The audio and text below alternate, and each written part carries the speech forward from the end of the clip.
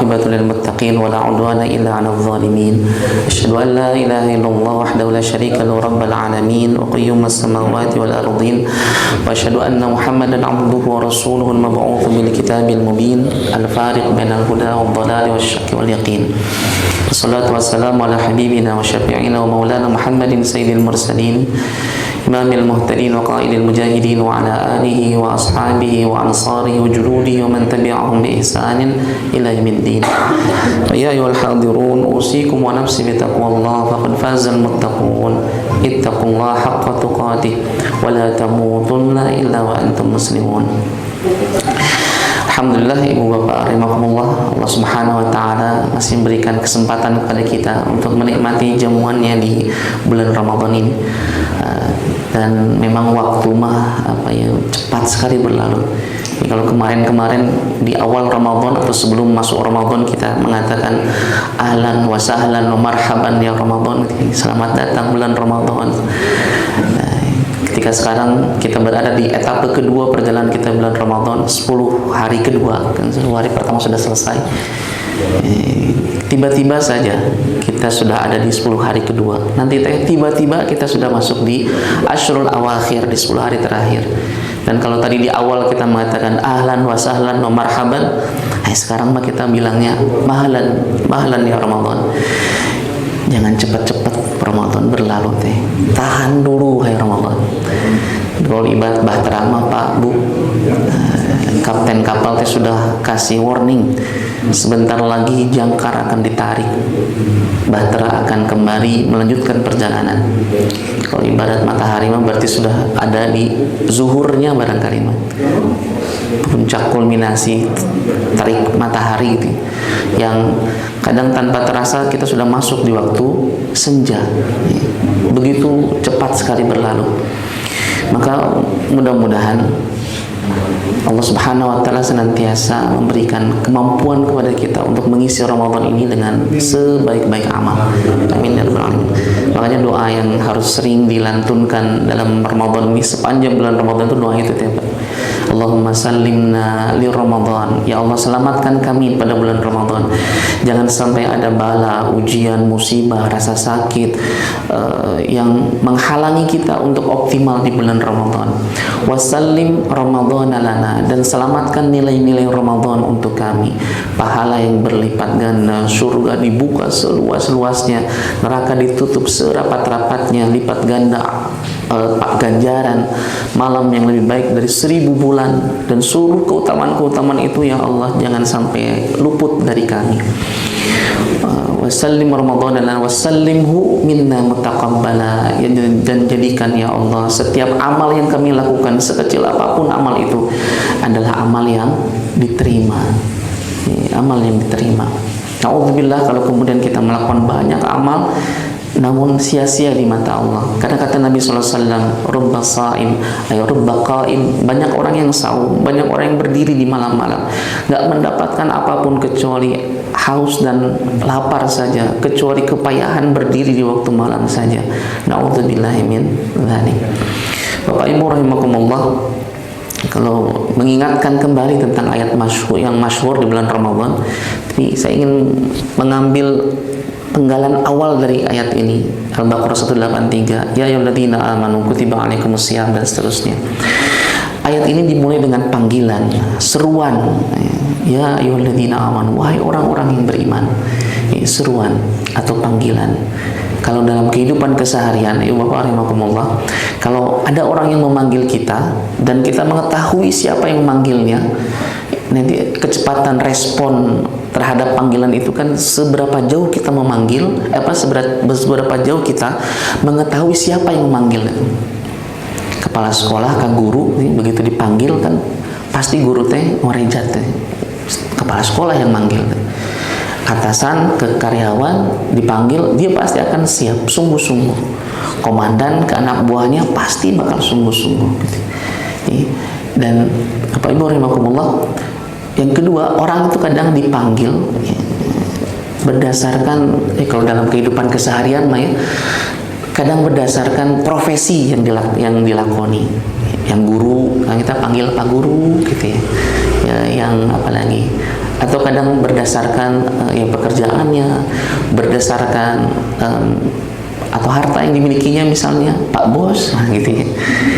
Atau berdasarkan ada sedikit body shaming bentuk badannya, misalnya saya yang gemoy gitu, Pak gitu ya. Sesuai dengan yang melekat pada orang tersebut. Nah, yang menarik Bapak Ibu rahimakumullah, Allah memanggil hamba-hambanya dengan sesuatu yang paling berharga yang dimiliki oleh hamba itu, iman. Nggak lihat status sosial, gelar akademis yang dimilikinya. Ya Allah lihat keimanan yang ada dalam hamba-hambanya. Maka seharusnya kemudian panggilan Allah yang penuh dengan kelembutan ini, memanggil dengan sesuatu yang pasti dimiliki oleh setiap hambanya tentang keimanan, harusnya membuat kita apa istilahnya, ngorejat ya Pak.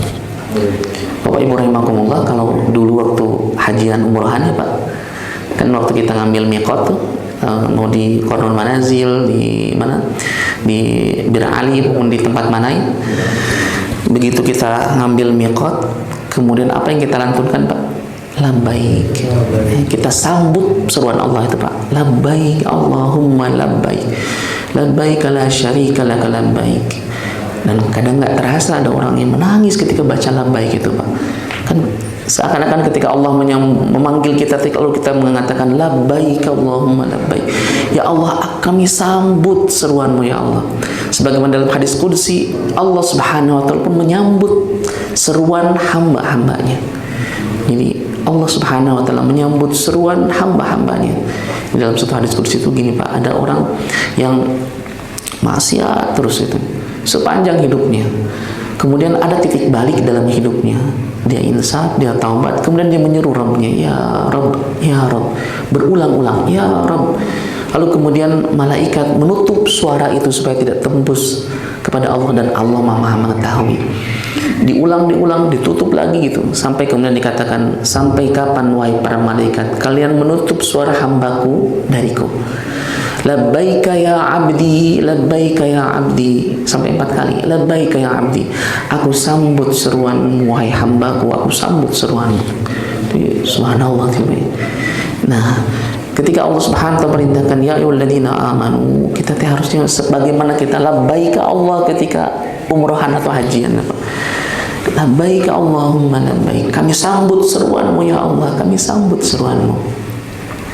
Supaya apa ya, dapat gitu feel-nya tuh. Kalau kita sedikit didramatisir lah gitu, Allah yang manggil Pak. Bapak Ibu rahimakumullah, lalu apa yang Allah inginkan dari hamba-hambanya? Dalam rantaian ayat-ayat tentang saum ini, setidaknya ada 3 hal yang Allah inginkan dari hambanya. Yang pertama, la'allakum tattaqun, supaya kita ini jadi orang-orang yang bertakwa. Yang kedua, la'allakum tashkurun, supaya kita menjadi hamba yang bersyukur, pandai bersyukur, nggak ngeluh terhadap keadaan atau kondisi, ridho terhadap apa yang Allah subhanahu wa ta'ala takdirkan, syukuran nih. Yang terakhir, la'allahum yarshudun, supaya kita terbimbing perjalanan kita menuju Allah subhanahu wa ta'ala. Ibu bapak rahimakumullah, dalam surat An-Nahl, saya lupa itu, Allah subhanahu wa ta'ala mengingatkan kita, ma indakum yanfadu wa ma indallahi baqin. Apa yang ada di sisimu, sisi kita manusia, akan hilang binasa, dan apa yang ada di sisi Allah akan kekal selama-lamanya. Apa yang ada di sisi kita akan hilang. Sehebat apapun orang, seberkuasa apapun, ketika digilas oleh waktu, hilang seluruhnya. Fir'aun yang mengatakan ana rabbukumul a'la, saya ini Tuhan kamu yang paling tinggi, tinggal cerita. Jadi ada masanya, ada saat-saatnya, semuanya akan habis. Kulit yang sekarang kita rawat sedemikian rupa, ada waktunya akan berkerut, mengendur. Udah rutin tuh perawatan kemana-mana, tapi pada waktunya mah pasti akan kendur. Rambut akan memudar atau memutih barangkali. Semuanya akan hilang. Yang ASN ada waktunya pensiun. Yang tentara, polisi ada waktunya purnawirawan. Yang guru besar Ada saatnya, apa istilahnya, emeritus. Ada waktunya, ada saat-saatnya. Demikian pula Ramadan ini bakal ada saatnya. Sepanjang bumi langit masih berdiri, Bapak Ibu rahimakumullah, sepanjang bumi langit masih berdiri, matahari masih terbit di timur, tenggelam di barat, siang malam masih terus berputar, Ramadan pasti akan ada, pasti akan hadir. Tapi kan masalahnya kita masih ada atau tidak gitu. Kita nih masih hadir atau tidak. Nah, jadi Bapak Ibu rahimakumullah, dan itu sudah dibuktikan oleh saudara-saudara kita yang mendahului kita. Kalau karpet ini bisa bicara, Bapak Ibu, karpet lantai masjid ini bisa bicara, pasti dia akan cerita orang-orang yang Ramadan ini tidak lagi membersamai kita, yang tahun lalu masih ada, duduk di pojokan, duduk di sini, dan tahun ini tidak lagi membersamai kita.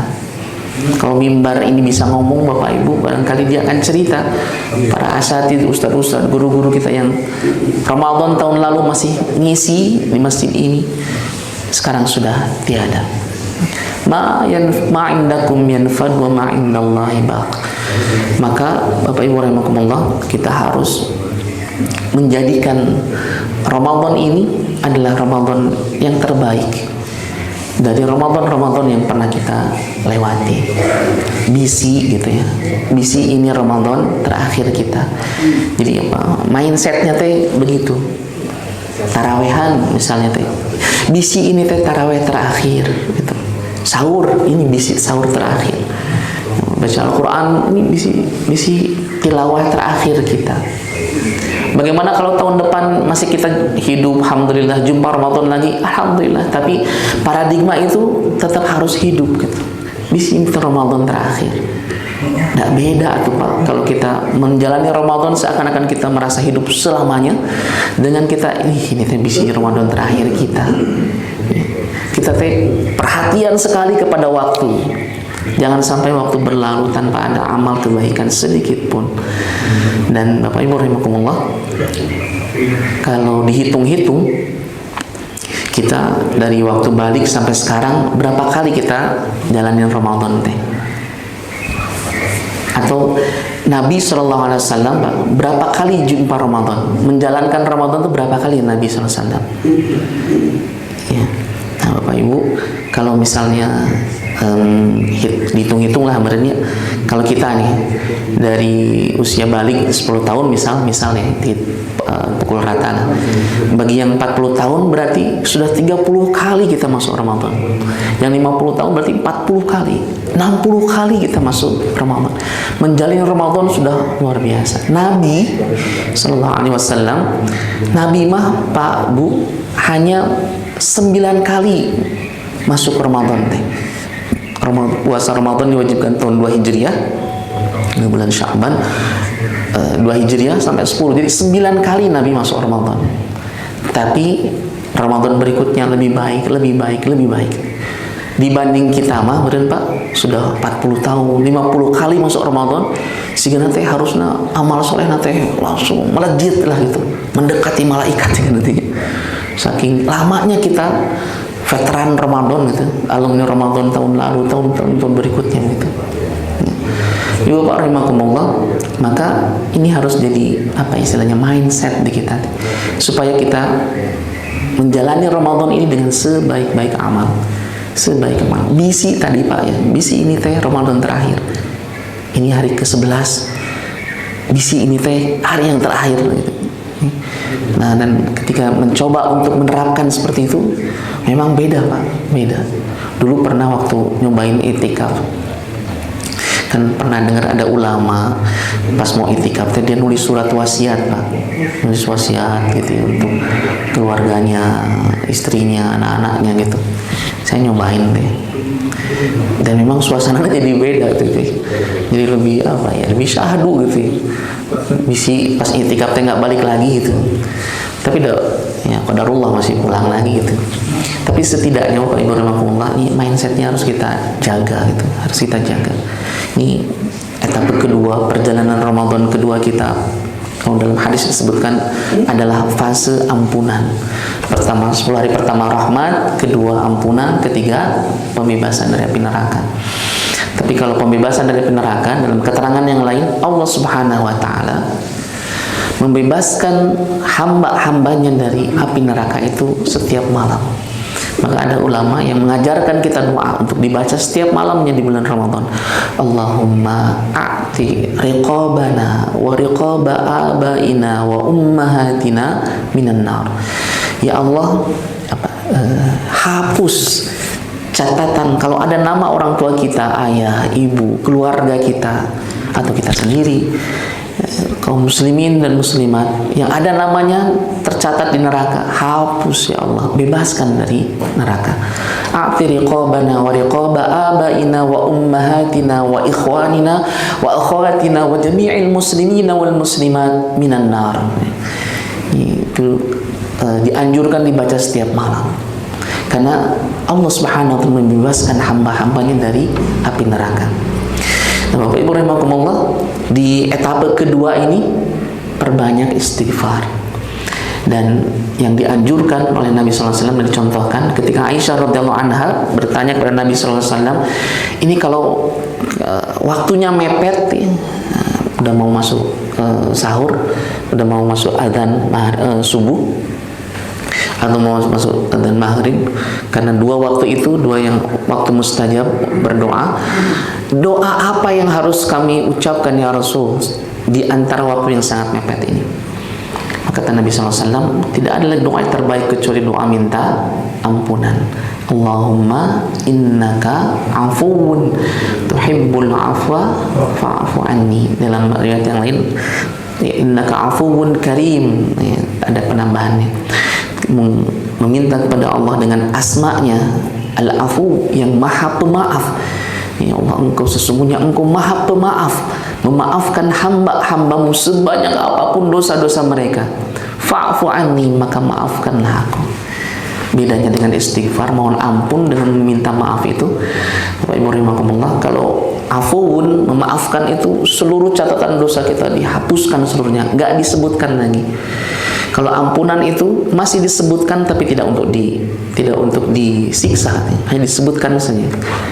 Sebagaimana dalam Ibnu Qayyim di Tamasya ke Surga digambarkan tentang pertemuan hamba dengan Allah Subhanahu wa taala nanti di surga, dan itu bagian dari kenikmatan, tambahan kenikmatan dari Allah Subhanahu wa taala. Diingatkan, wahai fulan, ingatkah tanggal sekian di sini sedang melakukan ini gitu. Lalu kemudian seluruhnya dimaafkan oleh Allah Subhanahu wa taala, tidak untuk dihitung-hitung lagi.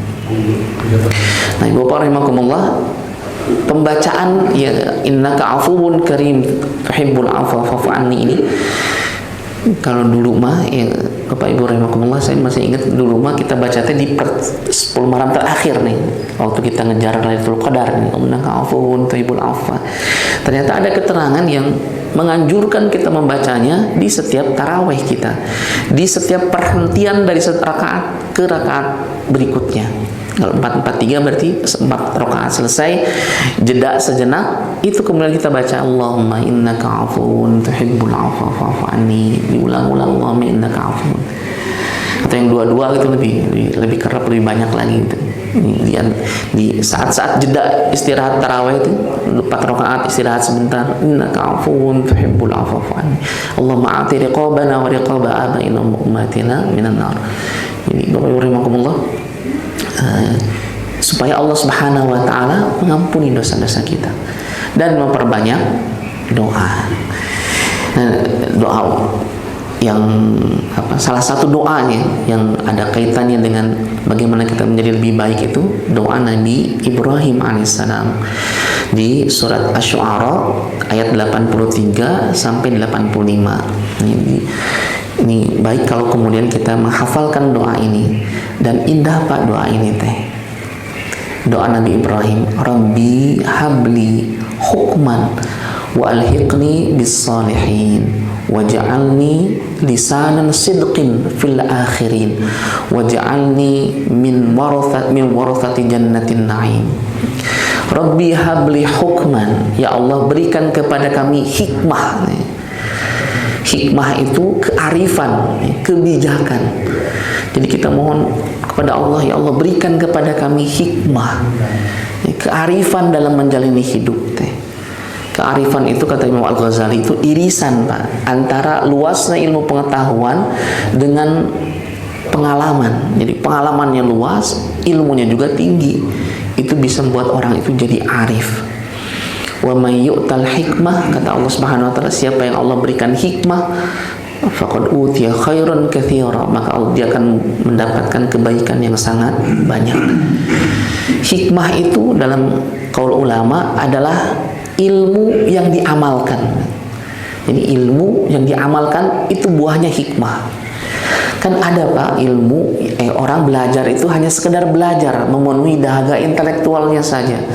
Belajar hanya sekedar belajar. Ada seorang orientalis perempuan, saya lupa namanya, hafal Al-Quran, hafal hadis solihin, hafal hadis Bukhari Muslim, tapi dia tidak masuk Islam. Dia pakar tentang Timur Tengah, dia hafal pisan tentang Islam, tapi tidak masuk Islam. Jadi bab hidayah mah memang urusan tersendiri dari Allah Subhanahu wa taala. Di Bapak Ibu rahimakumullah, Rabbi habli hukman, ya Allah berikan kepada kami hikmah. Jadi ilmu yang diamalkan sampai kemudian jadi apa?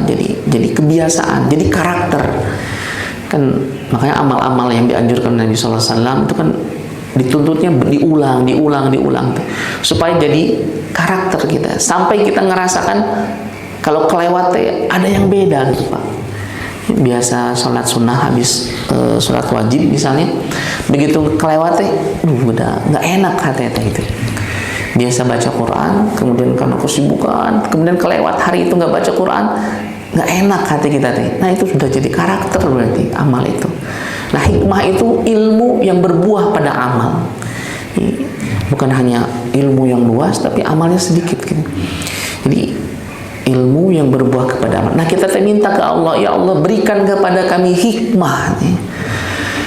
Hikmah seiring perjalanan usia bertambah hikmahnya, bertambah ilmu, bertambah juga amalnya.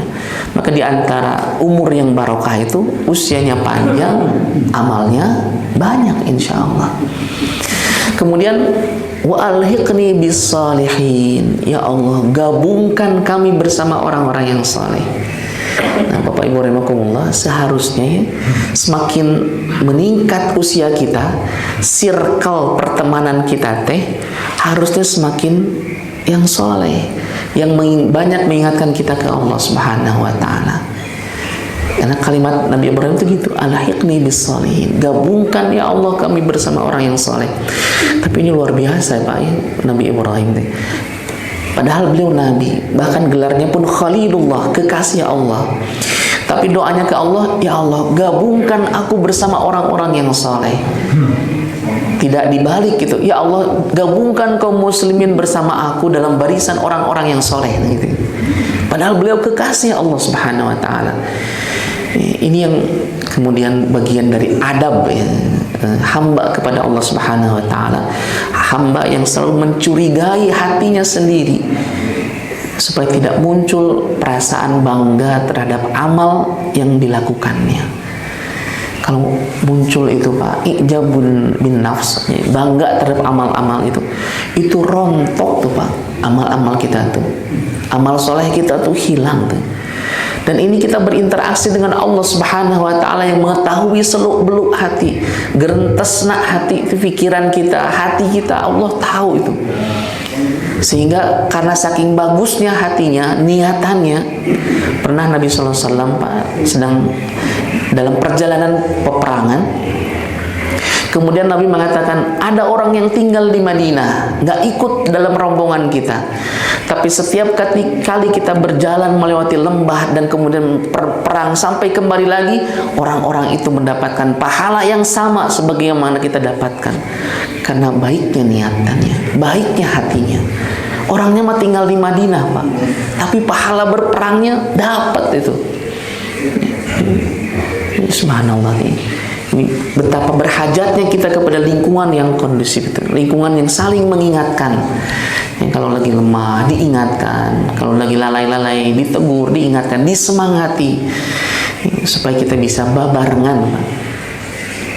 Dan dalam surah Az-Zumar Allah Subhanahu wa taala gambarkan orang 5 ayat terakhir surat Az-Zumar tuh menggambarkan orang masuk surga, orang masuk neraka ternyata rombongan-rombongan, Pak. Rombongan-rombongan.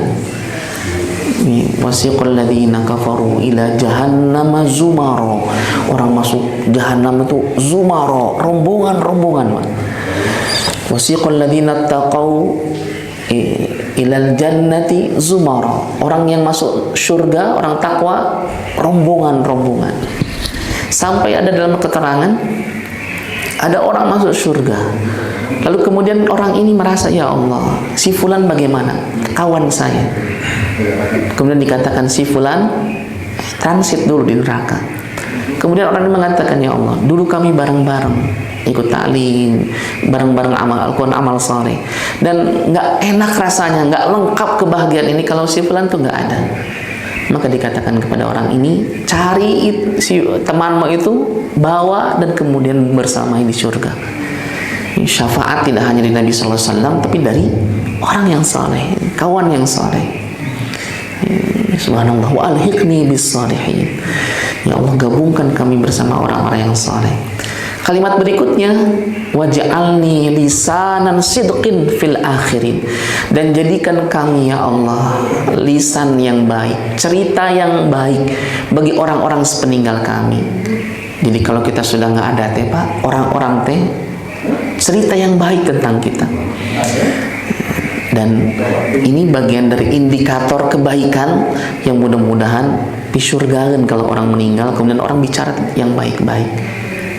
Misalnya bapaknya meninggal, ibunya ngomong ke anaknya, kalau kamu nanti jadi suami, jadi bapak contoh ayah kamu dia mah rajin, jaga sholatnya, tanggung jawab, soleh, pokoknya bapak kamu mah tuh gitu. Berarti kita jadi lisanan sidqin, buah tutur yang baik untuk orang-orang selanjutnya. Nauzubillah kalau kita meninggal, kemudian istri kita ngomong ke anaknya nanti kalau kamu jadi suami, jadi bapak, tolong dicontoh si bapak mah gitu. Parah bapak kamu mah. Tara sholat itu KDRT itu tanggung jawab misalnya. Jadi kita buat tutur yang buruk bagi orang-orang peninggal. Maka kita minta Bapak, waj'alni lisanan sidqin fil akhirin. Jadikan aku nih buat tutur yang baik bagi orang-orang sepeninggalku. Aisyah radhiyallahu anha ketika Nabi SAW meninggal, lalu kemudian ada beberapa ummahatnya, ibu-ibu kaum muslimin datang kepada Aisyah bertanya, apa kesan yang kau rasakan sepanjang berumah tangga dengan Nabi SAW? Ini Aisyah ditanya gitu nangis Pak, menundukkan wajahnya nangis. Agak reda ditanya lagi, apa kesannya? Kata Aisyah, kana khuluquhu ajaba, seluruh perilakunya menakjubkan. Nah, gitu. Jadi hanya keterpesonaan demi keterpesonaan yang dirasakan oleh Aisyah sepanjang rumah tangga dengan Nabi Sallallahu Alaihi Wasallam. Kan kita ingin ya Pak, kalau kita nggak ada, udah nggak ada, lalu orang nanya ke istri kita, Bu, si bapak kumaha gitu. Ya nggak seperti Aisyah teing barangkali yang nangis, beliau mah menakjubkan gitu. Alhamdulillah kalau begitu mah. Tapi setidaknya ada ungkapan kebaikan, bukan kesyukuran ketika kita nggak ada gitu. Seperti tadi si bapak tadi, si ibu yang cerita ke anak tahu sih gak si bapak mah begini, bapak kamu mah mah untung umurnya pondok gitu. Ini Bapak Ibu rahimakumullah, lisanan sidqin fil akhir. Nah, yang ketiga Bapak Ibu, waj'alni min warathatin jannatin na'im. Jadikan kami ya Allah menjadi pewaris surga yang penuh kenikmatan. Kata ahli tafsir Pak, doa ini dalam 3 ayat ini saling berkorelasi satu dengan yang lainnya. Jadi kalau orang ini banyak melakukan amal kebaikan, punya lingkungan atau lingkungan atau teman-teman yang baik, dia meninggal, orang-orang cerita tentang kebaikan-kebaikannya, itu teh apa ya istilahnya, kila-kila lah, tanda-tanda pi surgaeun gitu. Karena runtutan ayat-ayat ini, doa Nabi Ibrahim ini saling berkaitan satu dengan yang lainnya. Rabbi habli hukman wa alhiqni bis salihin. Ya Allah, berikan hikmah dan gabungkan bersama orang yang saleh. Kalau lingkungannya saleh, kita nggak ada orang bicara tentang kebaikan-kebaikan kita. Si bapak ini mah di khusus misalnya di pangjuruna di masjid teh spesialis didinya gitu misalnya, si bapak mah orang nah ya apa istilahnya, nineng lah kita si bapak ini di sini gitu. Khusus kan ada apa orang yang khusus gitu pengen di situ terus gitu. Ada yang spesialis deket tiang kayak ini, Jumatan ada taklim pokoknya tiang gitu, chemistry-nya dengan tiang. Ada yang tapi ada apa keterangannya supaya apa benda itu atau tempat itu mengingat kebaikan kita. Karena kan ada Pak dalam surat Ad-Dukhan, saya lupa ayatnya, fama bakat alaihimus samai wal ard, dan langit dan bumi tidak menangisi kepergiannya. Ya, ayat sebelumnya cerita tentang berapa banyak istana-istana yang mereka tinggalkan, mata air yang mereka tinggalkan, kasur-kasur yang empuk dan megah yang mereka tinggalkan. Fama bakat alaihimus samai wal ard, dan langit dan bumi tidak menangisi kepergian mereka. Dan kemudian ada tandanya setiap kali kita melakukan kebaikan teh, nanti kelak jadi saksi atas kebaikan kita. Di zaman Nabi Pak, ada pelepah daun kurma, batang kurma yang biasa Nabi pakai untuk duduk. Kemudian para sahabat inisiatif ini karena semakin banyak merenya, kemudian ini Nabi kasihan kalau di batang kurma ya, manteslah harusnya teh, dibuatlah mimbar untuk Nabi. Hari ketika Nabi berpindah dari batang kurma itu ke mimbar, ketika Nabi sedang berceramah, para sahabat radhiyallahu anhum mereka mendengar seperti tangisan bayi. Ada yang nangis Pak, anak kecil. Dan kemudian Nabi turun dari mimbar, Nabi kemudian memeluk batang kurma itu, ya, seperti menenangkan seorang anak yang sedang nangis. Jadi batang kurma saja Pak menangis ketika ditinggalkan Nabi Sallallahu Alaihi Wasallam.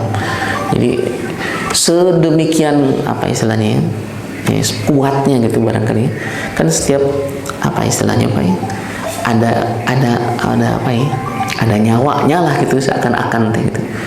Di lain hari ketika dalam perang Uhud, Nabi sampai ngomong gini ketika lewat bukit Uhud. Nabi kemudian menunjuk bukit Uhud itu dan mengatakan, hadza jabalun yuhibbuna wa nuhibbuh. Inilah gunung yang gunung ini mencintai kita dan kita pun mencintainya. Padahal Nabi mah bukan pecinta alam yang kemana-mana gitu ya, tapi sampai dalam begitu Pak ngomongnya teh, ini teh gunung, seakan gunung itu punya nyawa tuh. Ini gunung yang mencintai kita dan kita pun mencintainya. Dan dalam banyak pertempuran kaum muslimin itu memang Allah Subhanahu wa taala memberikan pertolongan lewat makhluk-makhluknya itu. Ashabul fil, perang gajah itu lewat burung-burung ababil yang dulu waktu pecah perang bukan perang ya, pecah di Ambon itu Pak tahun 90-an. Itu kan ada tuh yang datang diorganisir, kemudian cerita tentang yang pernah terjadi di sana tuh, untuk kemudian kita galang donasi. Nah ada akhwat ya Pak, ini sedang dikejar-kejar oleh musuhnya tuh, dikejar sendirian Pak, masuk ke hutan dikejar-kejar, kemudian qadarullah buntu jalannya tuh, si pasukan ini udah siap mau bunuh aja, udah pasrah udah gitu, hasbunallahu ni'mal wakil, ada yang ngomong gitu.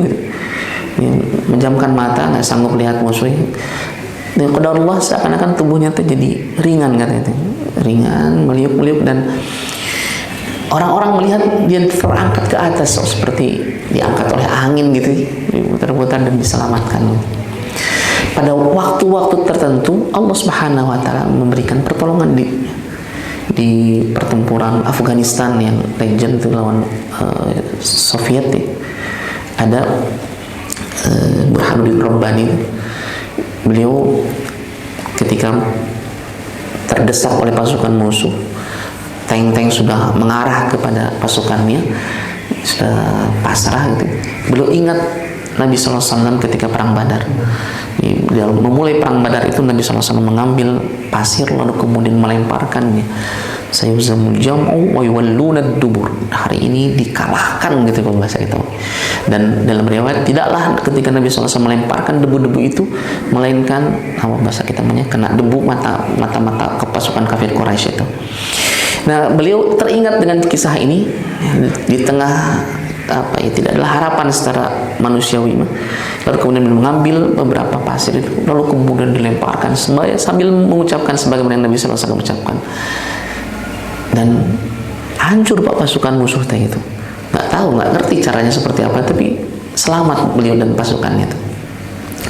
Nah, kembali lagi ke doa ini, Bapak Ibu rahimakumullah, minta pada Allah hikmah, lalu kemudian digabungkan bersama orang yang saleh, lalu menjadi kisah indah bagi orang-orang sepeninggal kita, dan ujungnya surga. Jadi rentetannya tuh subhanallah indah gitu, Allah Subhanahu wa taala diatur doanya tuh. Dan mudah-mudahan Allah Subhanahu wa taala menjadikan kita pun seperti ini, Pak. Kita punya hikmah, kita punya lingkungan yang saleh, kita meninggal orang cerita tentang kebaikan-kebaikan kita, lalu kemudian kita masuk ke dalam surganya Allah Subhanahu wa taala. Demikian beberapa yang bisa disampaikan, lebih dan kurangnya mohon maaf. Saling doakan, mudah-mudahan di sisa Ramadan ini Allah Subhanahu wa taala memberikan kesehatan kepada kita, kekuatan, kesabaran, keistiqomahan dalam ketaatan, sehingga kita bisa memaksimalkan waktu-waktu dalam Ramadan yang penuh dengan keberkahan ini dengan sebaik-baik amal, sehingga kita bisa mengenang kembali kelak nanti di surga kita pernah ngapain saja ketika di dunia. Hadanallahu wa iyyakum ajma'in. Subhanakallahumma bihamdika asyhadu an la ilaha illa anta astaghfiruka wa atubu ilaik. Assalamualaikum warahmatullahi wabarakatuh.